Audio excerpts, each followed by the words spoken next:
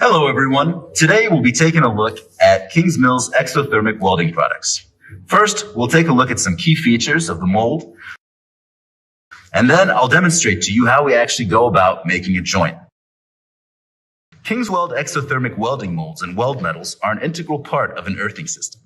As a reminder, a proper earthing system should have a low resistivity path to earth with the capacity to carry high currents and should be made from materials that have excellent corrosion resistance and strong mechanical strength.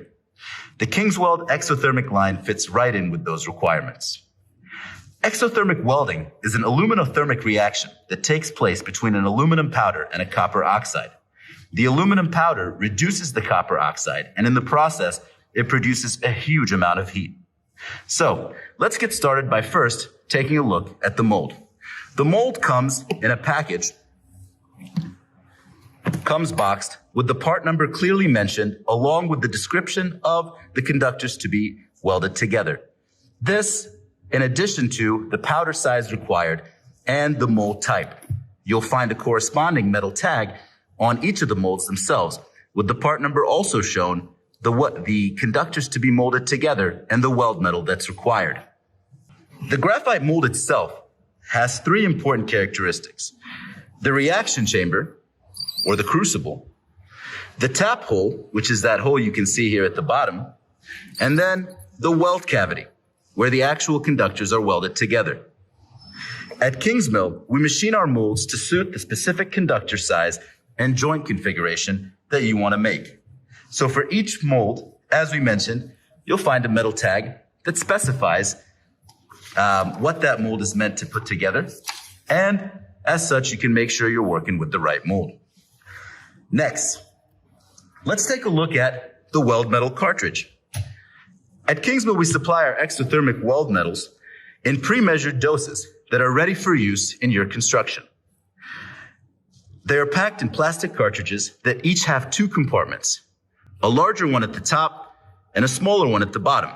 The larger one, which is covered by a green label, a green cap, contains the copper oxide, and the second, smaller compartment contains a finely ground aluminum powder. So, by now you may be wondering, how do I know which joint I need to order? Well, at KINGSMILL, we've made this relatively simple. In our catalog and on the website, you'll find a chart, a diagram showing a series of different connections. With those connections, under each one, you'll find a page number or reference table you can go to. Going to that specific reference table, you'll find a chart that shows the A to B, the conductors that will be welded together, the price key, the weld metal to be used, and the handle clamp, along with finally the part number. We make this decision process as easily as possible, so we try to make it as straightforward as possible. So, we've covered the mold, weld metals, and handle clamps. But what else do you need? Well, before doing any sort of exothermic welding, you should make sure that you have a pair of safety goggles, safety gloves, and a leather apron, which I currently have on, to protect you from sparks that might fly during ignition. Additionally, it doesn't hurt to have a little bit of sealing putty around. This sealing putty, which is like sticky, which is quite sticky, it's like sticky Play-Doh, is actually used to seal off the gaps and prevent any leakage from your mold. Lastly, the cleaning tools are also a good thing to have. By taking proper care of your mold, you can ensure that it'll last the 50 to 60 joints as required. So, additionally, while these molds are not made of glass, the molds are made from graphite, which can break if it takes a hard impact. So avoid tossing the mold aside after use and place it gently so as to prevent unnecessary cracks or chips to the body. So now that we've touched on some information about the mold, let's take a look at how a joint is made. You'll first want to attach the handle clamp.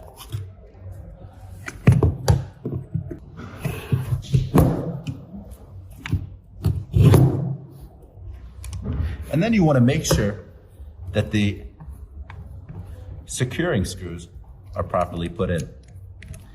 This will make sure that your clamp doesn't slip. So now, next, open the cavity using the handle clamp and place your components, which here is two 70 square mm cables that we're going to be molding together today.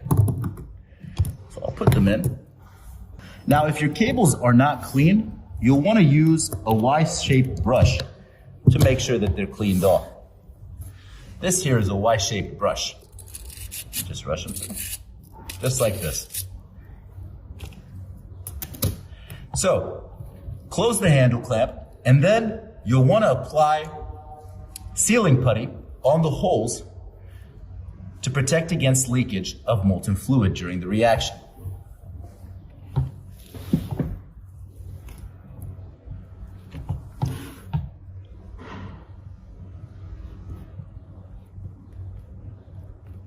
Now you'll notice that I don't have my safety gloves on yet, but that's also because I'm still not lighting the reaction. And you may not be able to see how I'm applying it, but really what you want to do is you want to roll the putty into a kind of a lengthy, like it, so you can get this kind of application.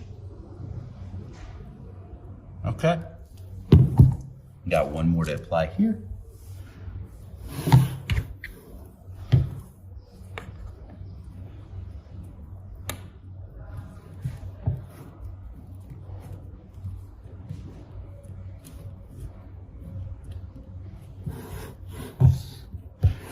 All right.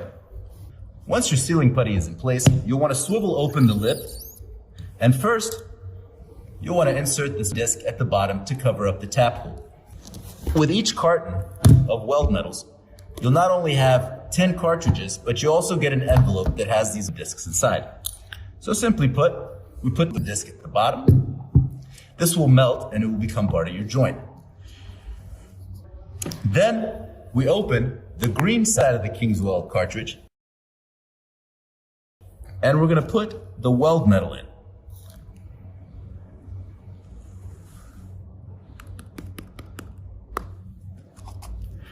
Next, we turn the cartridge over and we carefully remove the red cap, which covers the starting powder.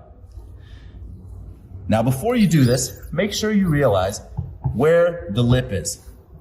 There's a pre-cut out groove here. So we open it up.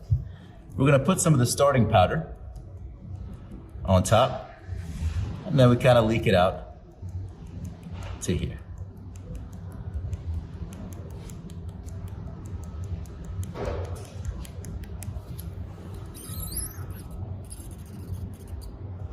So, now we're ready to light the fuse.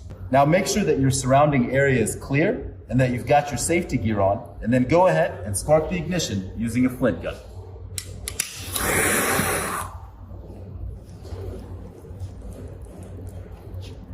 Now the reaction will go off.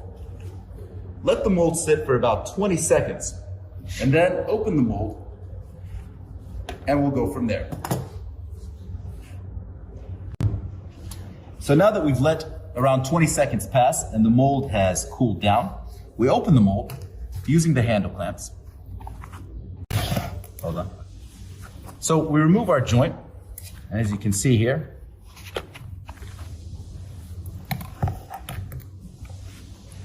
we have a perfectly welded joint. Now, the last step is to clean out the inside. So, what we do is we use the scraper tool to clean out the slag so that we make sure our mold is set to go. Making sure all the slag is taken out.